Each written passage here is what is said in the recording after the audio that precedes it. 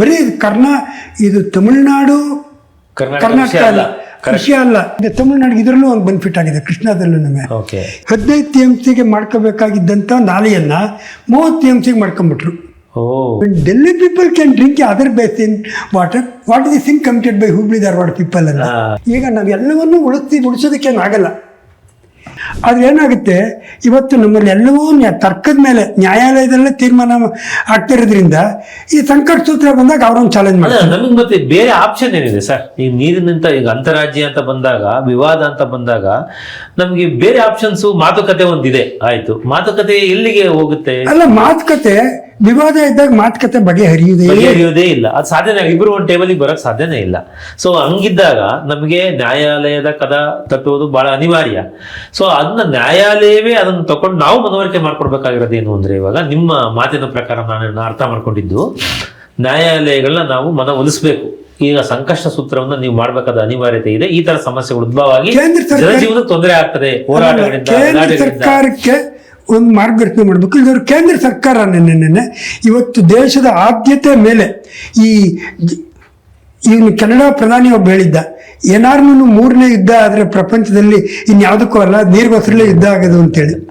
ಹಾಗೇನೆ ಈ ನೀರಿಗೋಸ್ಕರ ನೋಡಿ, ಒಂದೇನಾಗುತ್ತೆ, ತಮಿಳುನಾಡಿಗೂ ಕರ್ನಾಟಕಕ್ಕೂ ಆಗುತ್ತೆ. ಇಲ್ಲಿ ಯಾರೋ ಒಬ್ಬ ಮುಗ್ಧ ತಮಿಳ್ನವ್ರು ನೋಡಿತಾರೆ, ಅಲ್ಲಿ ಒಬ್ಬ ಮುಗ್ಧ ಕನ್ನಡದವ್ರು ನೋಡಿತಾರೆ. ಚಾಮರಾಜನಗರಕ್ಕೆ ಪಾಪ ಅಲ್ಲಿ ಕನ್ನಡದವ್ರು ಸಂತ್ರಸ್ತರಾಗಿ ಓಡಿ ಬರ್ತಾರೆ. ಇಲ್ಲಿ ಬೆಂಗಳೂರಿನಲ್ಲಿರುವಂತ ಗುಡಿಸಲ್ಗೆ ಹೋಗ್ತಾರೆ, ಹೊಡಿತಾರೆ, ಅವ್ರು ಓಡೋಗ್ತಾರೆ. ಇದೆಲ್ಲವನ್ನೂ ತಲುಪಬೇಕು ಅಂದ್ರೆ ಬರೀ ಇದು ತಮಿಳುನಾಡು ಕರ್ನಾಟಕ ಅಲ್ಲ, ವಿಷಯ ಅಲ್ಲ. ಈಗ ನೋಡಿ, ಗುಜರಾತ್ ಮಧ್ಯಪ್ರದೇಶದ ನಡುವೆ ನರ್ಮದಾ ಇಶ್ಯೂ ಇದೆ. ಆಮೇಲೆ ಇನ್ನೇನ್ ಬೇಡ, ಒಂದೇ ಭಾಷೆ ಜನ ತೆಲಂಗಾಣ ಆಂಧ್ರದ ನಡುವೆ ಇದೆ ಕೃಷ್ಣಾ ನದಿ. ಹೌದು. ಈಗ ಕರ್ನಾಟಕ ಇವಾಗ ಮಹಾರಾಷ್ಟ್ರ ಕರ್ನಾಟಕದ ನಡುವೆ ಇದೆ, ಕರ್ನಾಟಕ ತೆಲಂಗಾಣ ನಡುವೆ ಇದೆ. ಹೌದು, ಅದು ತುಂಬಾ ದೊಡ್ಡ ವಿವಾದಗಳಲ್ಲ ಅದು ಆಕ್ಚುಲಿನ. ಅದು ಕೃಷ್ಣಾ ನದಿ ವಿಷಯವಾಗಿ ಇನ್ನೂ ಇದೆ, ವಿವಾದ ಇದೆ.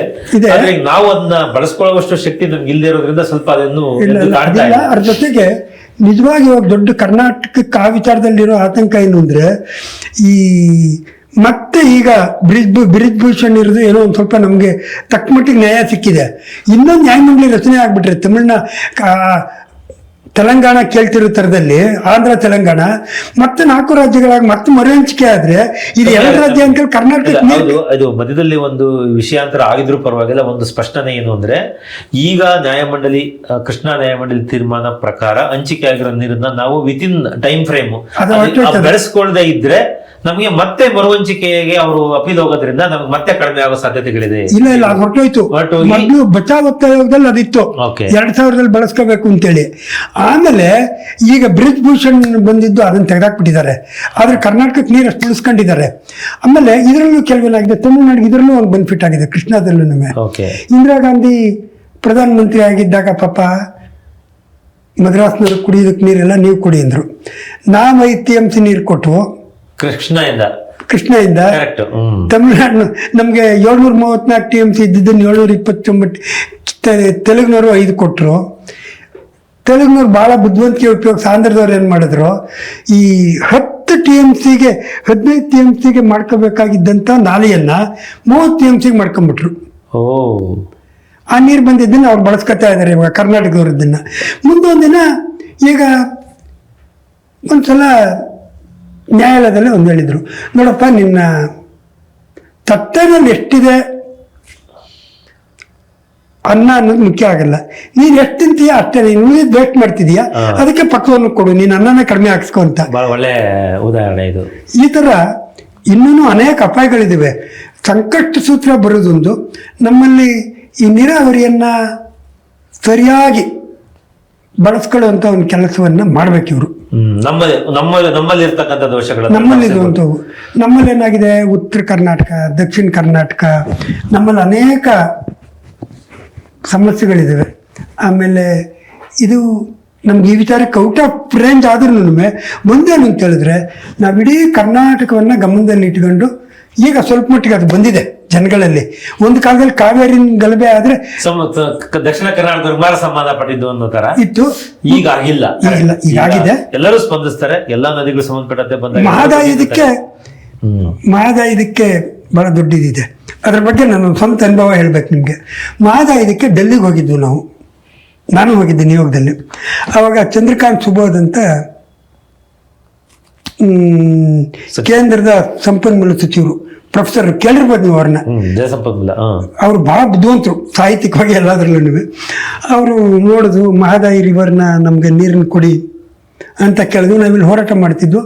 ಆವಾಗ ಚಂದ್ರಕಾಂತ್ ಸುಬೋಧ್ ಕಾಂತ್ ಸಹಾಯ ಹೇಳಿದ್ರು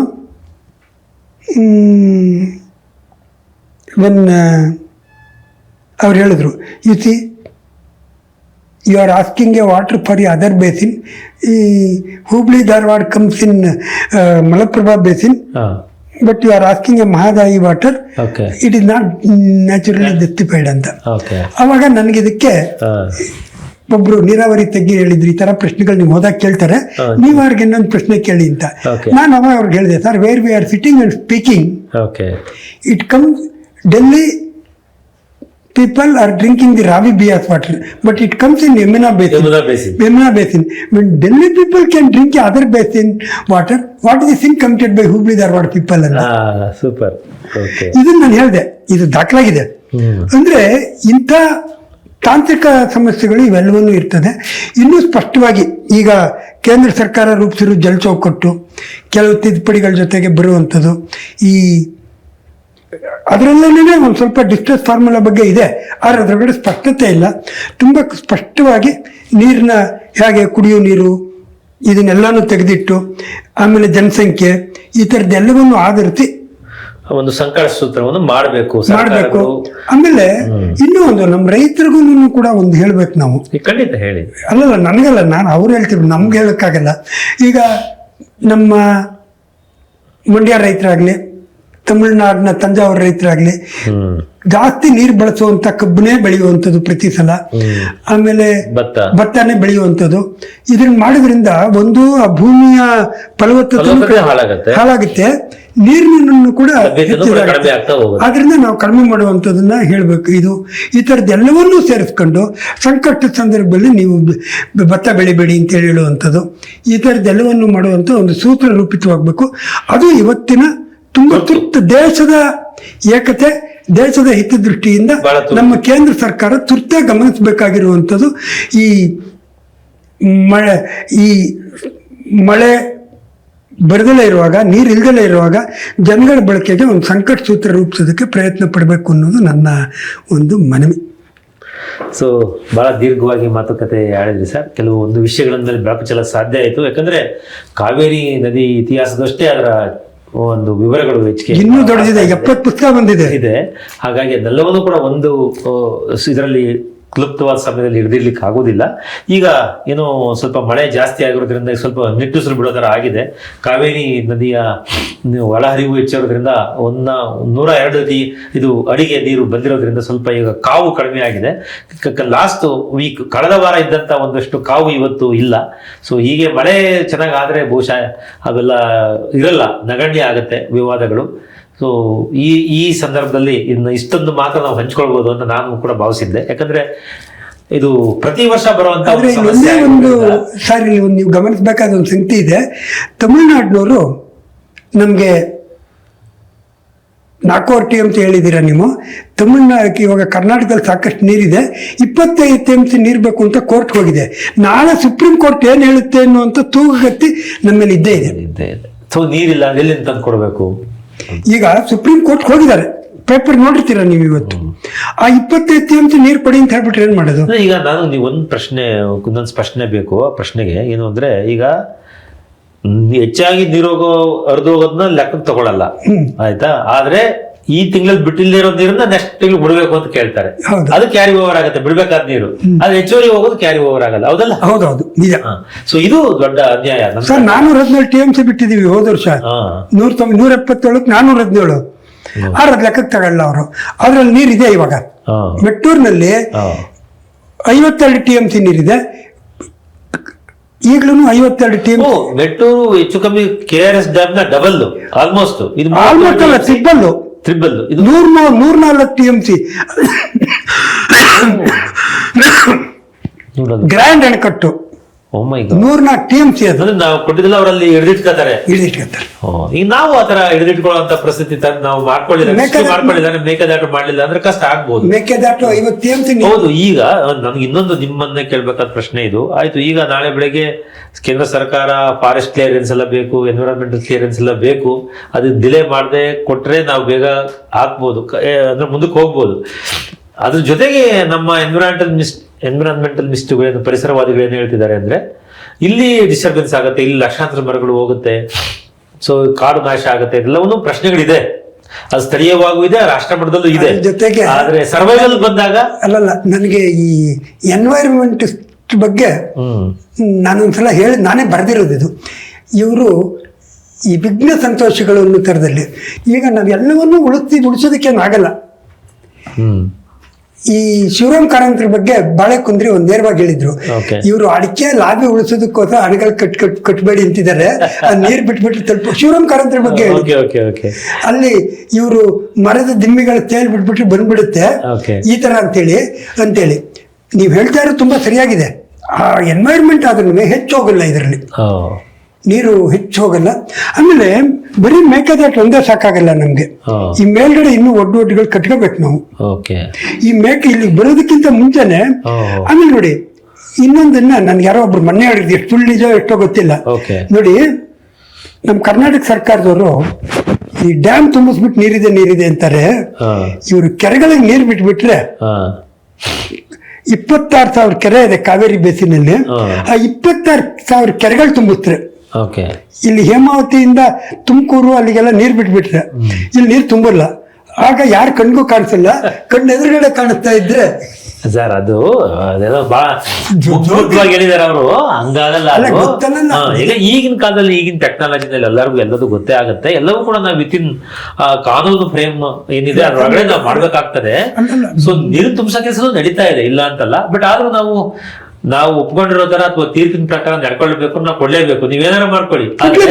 ಆದ್ರೆ ಒಂದು ರಿಲೀಫ್ ನನಗೆ ಅನ್ಸಿರೋದೇನು ಅಂದ್ರೆ ಸಂಕಷ್ಟ ಸೂತ್ರ ನೀವು ಬೇಕು ಅನ್ನೋದು ಖಂಡಿತ, ಅದು ಮತ್ತೆ ನಾವು ರಿಪೀಟ್ ಆಗಿ ಹೇಳ್ತಾ ಇದೀವಿ. ಆದ್ರೆ ಇನ್ನೊಂದೇನು ಅಂದ್ರೆ ಅವ್ರಿಗೆ ಬಿಡುವಷ್ಟು ನೀರನ್ನು ಬಿಟ್ಟು ಉಳಿದಿದ್ದು ನಾವು ಹಂಚ್ಕೊಳ್ಳಿಕ್ಕೆ, ನಾವು ಹಿಡಿದಿಡ್ಲಿಕ್ಕೆ ಅಥವಾ ನಾವು ಕಲೆಕ್ಟ್ ಮಾಡ್ಲಿಕ್ಕೆ, ನಾವು ಉಪಯೋಗಿಸ್ಕೊಳ್ಳಿಕ್ಕೆ ತೊಂದರೆ ಇಲ್ಲ ಅನ್ನೋದು ಸುಪ್ರೀಂ ಕೋರ್ಟ್ ತೀರ್ಪಿಂದ ನಮ್ಗೆ ಸಿಕ್ಕಿರುವಂತ ದೊಡ್ಡ ಜಯ ಅಂತ ನಾನು ಭಾವಿಸ್ತೀನಿ. ಸೊ ಅದರಿಂದ ನಮ್ಗೆ ತುಂಬಾ ನಾವು ಕೆರೆಗಳಿಗೂ ತುಂಬಿಸ್ಕೊಳ್ಬಹುದು. ತುಂಬಾ ಮಳೆ ಬಂದಾಗ ನಾವು ಹಿಡಿದಿಟ್ಕೊಂಡು ಅವ್ರಿಗೆ ಸಂಕಷ್ಟ ಬಂದಾಗ ನಾವು ಹಂಚ್ಕೊಂಡು ತಿನ್ಬಹುದು, ಅದು ಕುಡಿಬಹುದು. ಸೊ ಈ ತರದ್ದು ಒಂದು ಆಗ್ಬೇಕು. ಸೊ ಅಂತದ್ದು ಇಚ್ಛಾಶಕ್ತಿ ಎಲ್ಲರಿಗೂ ಬರಲಿ. ಮತ್ತೆ ಎರಡೂ ರಾಜ್ಯಗಳು ಕೂಡ ಕೊಡುಕೊಳ್ಳುವಿಕೆಯಲ್ಲೇ ಕೂಡ ನಾವು ಒಂದು ಸಮಸ್ಯೆ ಬಗೆಹರಿಸಿಕೊಳ್ಳಿಕ್ಕೆ ಯಾವಾಗಲೂ ಸಾಧ್ಯ. ಆದ್ರೆ ನಮಗೆ ತುಂಬಾ ಅನ್ಯಾಯ ಆಗಿದ್ದಾಗ ನಾವು ಮತ್ತೆ ಕೊಡುವಂತ ಪರಿಸ್ಥಿತಿ ಇಲ್ಲ ನಾವು. ಸೊ ಹಂಗಾಗಿ ಅದನ್ನ ಕೆಳಗಡೆ ಇರ್ತಕ್ಕಂಥ ರಾಜ್ಯಗಳು ನೋಡಿ. ನನಗೆ ವೈರುಧ್ಯ ಅನಿಸ್ತಿರೋದೇನು ಅಂದ್ರೆ, ನಾವು ಕೊಯ್ನಾಯಿಂದ ನೀರನ್ನ ಮಹಾರಾಷ್ಟ್ರ ಬಹಳ ಎಫಾಸೈಡ್ ಆಗಿ ಅಂದ್ರೆ ಯದ್ವಾ ಬಿಟ್ಟಾಗ ನಾವು ನೆರೆಯಿಂದ ಅನುಭವಿಸ್ತೀವಿ ನಮ್ಮ ಉತ್ತರ ಕರ್ನಾಟಕ. ಈಗ ಮಹದಾಯಿ ವಿಷಯದಲ್ಲಿ ನಾವು ಕೆಳಗಡೆ ಅನ್ನೋ ಕಾರಣಕ್ಕೋಸ್ಕರ ನಮ್ಗೆ ಅನ್ಯಾಯ ಆಗ್ತಾ ಇದೆ. ಆದ್ರೆ ತಮಿಳುನಾಡು ಕೆಳಗಡೆ ಇರೋ ಕಾರಣಕ್ಕೆ ನಮ್ಗೆ ಅನ್ಯಾಯ ಆಗ್ತಾ ಇದೆ. ನೋಡಿ ಎಂತ ವೈರುಧ್ಯ ನಮ್ಮ ರಾಜ್ಯದಲ್ಲೇ ಕೂಡ. ಸೊ ಎಲ್ಲರೂ ಅವ್ರವ್ರ ರಾಜ್ಯದ ಬಗ್ಗೆ ಮಾತಾಡುವಾಗ ಅವರು ಸಹಜವಾಗಿ ಮಾತಾಡ್ತಾರೆ. ಆದ್ರೆ ನ್ಯಾಚುರಲ್ ಜಸ್ಟಿಸ್ ಅಂತ ಬಂದಾಗ ನಮ್ಗೆ ಕಣ್ಣಿಗೆ ಕಾಣೋ ತರ ಇದೆ. ನಾವು ಮಹದಾಯಿ ಬಗ್ಗೆ ವಿರುದ್ಧ ಹೊಡೆದಾಡ್ತಾ ಇದೀವಿ, ಕುಡಿಯೋ ನೀರಿಗೋಸ್ಕರ ಹೊಡೆದಾಡ್ತಾ ಇದೀವಿ. ನೀರಾವರಿಗಲ್ಲ, ನೀರಾವರಿ ಸ್ವಲ್ಪ ಇರ್ಬೋದು. ಅಲ್ಲ, ಅದ್ರ ಇದಕ್ಕೆ ಇವ್ರು ಹೇಳ್ತಾ ಇದ್ರು, ಒಬ್ರು ರಾಮರಾವ್ ಅಂತೇಳಿ ಕರ್ನಾಟಕದವ್ರಲ್ಲ, ಅವರು ಆಂಧ್ರದವರು. ಅವ್ರು ಹೇಳಿದ್ರು, ಅವರು ಬೆಂಗಳೂರಿನಲ್ಲಿ ಸೆಂಟ್ರಲ್ ವಾಟರ್ ಬೋರ್ಡ್ ಅಲ್ಲಿ ಇದ್ರು. ಅವ್ರು ಹೇಳಿದ್ರು, ಪಬ್ಲಿಕ್ ಆಗಿ ಹೇಳಿದ್ರು ಅವರು, ಕರ್ನಾಟಕ ಮೇಲ್ ಕಡಿಮೆ ಈಗ ಅಪ್ಪರ್ ರೈಪೇರಿಯನ್ ಸ್ಟೇಟ್ ಆಗೋನು ಅನ್ಯಾಯಕ್ಕೊಳಗಾಗಿದೆ, ಡೌನ್ ರೈಪೇರಿಯನ್ ಆಗೋನು ಅನ್ಯಾಯಕ್ಕೊಳಗಾಗಿದೆ. ಆದ್ರೆ ಇದಕ್ಕೆ ಕಾರಣ ಏನು ಅಂತ ಹೇಳಿದ್ರೆ ಅವ್ರು ಹೇಳಿದ್ದು, ನಾವು ಕರ್ನಾಟಕದವರು ಅಗ್ರೆಸಿವ್ ಆಗಿ ಯಾವುದಕ್ಕೂ ನಾವು ಮುನ್ನುಗ್ಗಲ್ಲ, ಗಂಭೀರವಾಗಿ ತಗೊಳ್ಳಲ್ಲ. ಕರೆಕ್ಟ್. ಯಾಕಂದ್ರೆ ಸಾಕಷ್ಟು ನದಿಗಳಿದೆ, ಸಾಕಷ್ಟು ನೀರು ಬರ್ತಿದೆ ಅನ್ನೋ ಕಾರಣಕ್ಕೋಸ್ಕರ ನಾವು ನೆಗ್ಲಿಜೆನ್ಸ್ ಕೂಡ ಮಾಡಿರ್ಬೋದು ಹಿಂದಗಡೆನೆ. ಸೊ ಈಗ ಏನೋ ಒಂದಷ್ಟು ನಡೀತಾ ಇದೆ, ನೋಡೋಣ. ನೀರಿಂದ ನೋಡಿ ಹಾಗೆ ಹೇಳ್ತಾ ಹೋದ್ರೆ ನಮ್ಗೆ 4,000 TMC ನೀರಿದೆ ಟೋಟಲ್, ಎಲ್ಲಾ ನದಿಗಳು. ಅದರಲ್ಲಿ ಈ ಪಶ್ಚಿಮ ಇದೆಯಲ್ಲ, ನಿಮ್ಗೆ ಪಶ್ಚಿಮ ವಾಹಿನಿಗಳಿಂದ 2,000 TMC ನೀರಿದೆ. ಇದೆಲ್ಲ ಸೇರಿದ್ರೆ ಪಶ್ಚಿಮಾಭಿಮುಖವಾಗಿ ಹರಿಯುವಂತ ನದಿಗಳು. ಅಲ್ಲಿ ಒಂದು ನೀರಾವರಿಗೂ ಉಪಯೋಗವಾಗಲ್ಲ. ಇವಾಗ ಇದೆಯಲ್ಲ ನಿಮ್ಗೆ ಶರಾವತಿ, ಅವೆಲ್ಲ ಸಮುದ್ರ ಕೊಟ್ಟು ಹೋಗ್ತವೆ, ಬೇಡ್ತಿ ಎಲ್ಲದನ್ನು. ಹಾಗಾಗಿ ನಾವು ಅದನ್ನ ನೀರು ಬಳಸ್ಕೊಳ್ಳೋದಕ್ಕೆ ಆಗಲ್ಲ. ಸೊ ನದಿ ತಿರುವು ಯೋಜನೆ ಬಗ್ಗೆ ಏನ್ ಹೇಳ್ತೀರಾ ನೀವು? ಅದು ನದಿ ತಿರುವು ಯೋಜನೆ ಬಹಳ ಅಪಾಯಕಾರಿಯಾದಂಥದ್ದು. ಹಾ, ಯಾಕೆ ಅಂದರೆ ನಿಮಗೆ ಬಾಗೂರು ನವಲದ ಒಂದು ಉದಾಹರಣೆ ಕೊಡಬೇಕು. ಈ ಅದೇ ಕಾರಣಕ್ಕೋಸ್ಕರ ತುಮಕೂರು ಹಾಸನ ಜಿಲ್ಲೆ ರೈತರ ನಡುವೆ ಗಲಾಟೆಗಳಾಯಿತು. ಆ ಒಂದು ಬಾಗೂರು ನವಲೆ ಇದ್ರೊಳಗಡೆ ಅಲ್ಲಿಂದ ಇಲ್ಲಿಗೆ ಒಂದು ಸುರಂಗ ತೆಗೆದ್ರು. ಆ ಸುರಂಗ ತೆಗೆದಾಗ ಅಲ್ಲಿವರೆಗೆ ಇದ್ದಿದ್ದು ನೀರೆಲ್ಲ ಬಸ್ಕೊಂಡು ಹೊಟ್ಟುವಾಗ ಅಲ್ಲಿದ್ದ ತೆಂಗಿನ ಮರ ಎಲ್ಲ ಒಣಗೋಗ್ಬಿಟ್ಟು. ಕರೆಕ್ಟ್. ಅದೇ ಥರದಲ್ಲಿ ನಿನ್ನೆ ಈ ಎ ವಿ ಶಂಕರ್ರಾವ್ ಹೇಳಿದ್ದಾರೆ, ಈ ನದಿ ತಿರುವು ಆದರೆ ತಮಿಳುನಾಡಿನವ್ರು ಇನ್ನೂ ಹೆಚ್ಚು ಸಂಪತ್ಭರಿತರಾಗ್ತಾರೆ. ಅವ್ರು ಸಾವಿರಾರು ಈಗ ನದಿ ದಾಟ ಎಲ್ಲ ನೀರು ಅವ್ರಿಗೆ ಹರಿದೋಗುತ್ತೆ. ನಾವು ಈ 3000 ಅಡಿ ಮೇಲ್ಗಡೆ ಇದೆ ಬೀದರು. ಆ ಬೀದರ್ಗೆ ನೀರು ಬಂದಾಗ ಕೆಳಗಡೆ 1000 ಅಡಿ ಕೆಳಗಡೆ ಕೊಳವೆ ತೆಗೆದ ಆ ಸುರಂಗ ಡ್ರೈ ಆಗೋಗ್ಬಿಡುತ್ತೆ. ಉದಾಹರಣೆ ಹೇಳ್ತಿದ್ರು. ಆದರೆ ಈಗ ನದಿ ತಿರುವು ತುಂಬ ದೊಡ್ಡ ಮಟ್ಟದಲ್ಲಿ ಇರಬಾರ್ದು, ಸಣ್ಣ ಮಟ್ಟದಲ್ಲಿ. ಇವಾಗ ನಮ್ಮಲ್ಲಿ ಮಹಾದಾಯಿನೂ ಗೊತ್ತಿರುತ್ತೆ ನಿಮ್ಗೆ. ಅದು ಮಹಾದಾಯಿ ಕೂಡ ಈ ಎರಡು ಇದನ್ನ ಕಳಸಾ ಬಂಡೂರಿನ ಸೇರಿಸುವಂಥದ್ದು. ಇದು ಮೇಲ್ಮಟ್ಟದಲ್ಲಿ ಇರಬೇಕೆ ಹೊರತು ಕೆಳಮಟ್ಟದಲ್ಲಿ ಇರಬಾರ್ದು. ನಿಮಗೆ ಗ್ರೌಂಡ್ ವಾಟರ್ ಲೆವೆಲ್ ಡೌನ್ ಆಗಿ ಮೇಲ್ಮಟ್ಟದಲ್ಲಿ ಇವರು ಕಾಲುವಗಳ ಮುಖಾಂತರ ಸೇರಿಸ್ಕೊಳ್ಳಿ ನದಿನ. ಸೊ ಓಕೆ, ಅವಾಗ ಹೆಚ್ಚು ಪರಿಸರಕ್ಕೂ ಹಾನಿ ಆಗೋದಿಲ್ಲ, ತೊಂದರೆ ಆಗೋದಿಲ್ಲ, ಗ್ರೌಂಡ್ ವಾಟರ್ ಲೆವೆಲ್ಗೂ ತೊಂದರೆ ಆಗಲ್ಲ. ಇವಾಗ ಆ ನೇತ್ರಾವತಿ ನೀರು ಹೊರಗೆ ಬರ್ತಿರುವಾಗ ನೇತ್ರಾವತಿ ಒಂದು ಕಡೆ ಈ ಕಡೆ ಸೇರಿಸ್ಕೊಳ್ಳಿ. ಎತ್ತಿನ ಹಳೆಯದು ಹೇಳ್ತಾ ಇದ್ದಾರೆ ನೋಡಿ, ಕೊನೆಗೆ ಬರೋದ್ಗೆ ಏನು ಬರಲ್ಲ ಪಾಪ. ಸುಮ್ಮನೆ ಭಾಳ ಆಸೆ ಇಟ್ಕೊಂಡಿದ್ದಾರೆ. ಚಿಕ್ಕಬಳ್ಳಾಪುರ, ಕೋಲಾರ, ತುಮಕೂರು, ಚಿತ್ರದುರ್ಗದ ಜನ ಇದನ್ನ ಯಾರು ಹೇಳ್ತಾ ಇದ್ದಾರೆ? ಯಾಕಂದ್ರೆ ಇದೊಂದು 1000 ಕೋಟಿ ರೂಪಾಯಿ ಸುರಿದು ಮಾಡ್ತಾ ಇರ್ತಕ್ಕಂಥ ಎತ್ತಿನ ಹೊಳೆ ಪ್ರಾಜೆಕ್ಟ್ ನಲ್ಲಿ ನೀವು ಕೊನೆಗೆ ನೀರಿದ್ರೆ ಸಿಗುತ್ತೆ, ಅದ್ರಾಗ ಎರಡು ಮಾತಿಲ್ಲ. ಬಟ್ ಸುಮ್ನೆ ಮಾಡಿದ್ದು ಅಂತ ಹೇಳಕ್ಕೂ ಆಗಲ್ಲ. ಆದ್ರೆ ನಿರೀಕ್ಷೆ ಮಾಡಿದಷ್ಟು ಸಿಗದೆ ಇರಬಹುದು. ಇಲ್ಲ, ಇದು ರಾಜಕಾರಣಿಗಳದು ಆಡಳಿತ ನಡೆಸೋರು ತಪ್ಪು ಅಂತ ಹೇಳಿಲ್ಲ. ಅದೇನಾಗುತ್ತೆ, ಪ್ರತಿ ವರ್ಷ ಇಷ್ಟು ನೀರು ಬರುತ್ತೆ, 104 TMC ನೀರು ಬರುತ್ತೆ ಅಂತ ಲೆಕ್ಕ ತಗೊಂಡಿದ್ದಾರೆ. ಎತ್ತನೊಳೆ ನಮ್ಮೂರ್ಗ ಹತ್ರ ನಾನು ಹೋಗಿ ನೋಡಿದ್ದೀನಿ. ಅಲ್ಲಿ ಎಷ್ಟೋ ಸಲ ಮಳೆನೇ ಬರಲ್ಲ, ನೀರೇ ಇರಲ್ಲ. ಇದು ಯಾವುದೇ ಒಂದು ಯೋಜನೆ ರೂಪಿಸ್ಬೇಕಾದ್ರೆ ನಾವು ಭಾಳ ಲಾಂಗ್ ರೇಂಜ್ ಪ್ರೋಗ್ರಾಮ್ ಇರಬೇಕು. ಶಾರ್ಟ್ ರೇಂಜ್ಗೆ ಇದನ್ನು ಮಾಡಿದಾಗ ಒಂದು ವರ್ಷ ಬರಲ್ಲ ಅಂದ್ರೆ ಇವ್ರಿಗೆ ತೊಂದರೆ ಆಗೋಗುತ್ತೆ. ಓಕೆ ಬಿಡಿ, ಅದನ್ನ ನಾವು ಚರ್ಚೆ ಮಾಡೋಣ. ಸೊ ಈಗ ಕಾವೇರಿ ಸಂಬಂಧಪಟ್ಟಂತೆ ಅದು ಕಾವೇರಿ ಬೇಸಿನ್ನೇ. ಸೊ ಒಂದು ನೆಪವಾಗಿ ಇಟ್ಕೊಂಡು ಇಷ್ಟು ಮಾತಾಡಿದ್ವಿ ನಾವು. ನೀವು ಬಂದು ನಮ್ಮ ಜೊತೆ ಕೂತು ಇಷ್ಟೊಂದು ವಿಷಯಗಳು ಹಂಚಿಕೊಂಡಿದ್ದಕ್ಕೆ ನಮ್ಮ ನ್ಯೂಸ್ ಆಫ್ ಕರ್ನಾಟಕ ಚಾನಲ್ ಪರವಾಗಿ ನಿಮಗೆ ಧನ್ಯವಾದಗಳು ಸರ್. ನಮಸ್ಕಾರ. ನನಗೂ ಅಷ್ಟೇ ಇದನ್ನೊಂದು ಹಂಚ್ಕೊಳ್ಳೋದಕ್ಕೆ ಒಂದು ಅವಕಾಶ ಮಾಡಿಕೊಟ್ಟಿದ್ದಕ್ಕೆ ಭಾಳ ಸಂತೋಷ. ಯಾಕೆಂದ್ರೆ ನಾವು ಏನಪ್ಪ ಈ ಕೆಲವೊಂದು ಕಾಯಿಲೆ ಇರ್ತದೆ, ನಮ್ಮ ಸುಮ್ಮನೆ ಇನ್ನೊಬ್ಬರ ಕಷ್ಟವನ್ನು ಕೇಳಿ ಮರುಗು ರೀತಿಯಲ್ಲಿ ನಮ್ಮಲ್ಲಿರೋ ಬೇರೆಯವ್ರ ಕೇಳಿ ಹಂಚ್ಕೊಳ್ಳೋದಿದೆಯಲ್ಲ, ಅದನ್ನು ಅವಕಾಶ ಮಾಡಿಕೊಟ್ಟಿದ್ದಕ್ಕೆ ನಾವು ಭಾಳ ಧನ್ಯವಾದ. ಓಕೆ ಆತ್ಮೀಯ ನೋಡಿದ್ರೆ, ಸೊ ಇದುವರೆಗೆ ನೀವು ನಮ್ಮ ಚಾನಲ್ನ ವೀಕ್ಷಣೆ ಮಾಡಿದರೆ ಈ ವಿಷಯ ಸಂಬಂಧಪಟ್ಟಂತೆ ನಿಮಗೆ ಇಷ್ಟ ಆದರೆ ದಯವಿಟ್ಟು ಮಾಹಿತಿಯನ್ನು ಹಂಚ್ಕೊಳ್ಳಿ ನಿಮ್ಮ ಸ್ನೇಹಿತರು, ಕುಟುಂಬದವ್ರ ಜೊತೆಗೆ. ಸೊ ನಿಮ್ಮ ಗೊತ್ತಿರೋರಿಗೆ ಇದೇ ಥರ ನೋಡ್ತಾ ಇರಿ, ಪ್ರೋತ್ಸಾಹ ಮಾಡ್ತಾ ಇರಿ.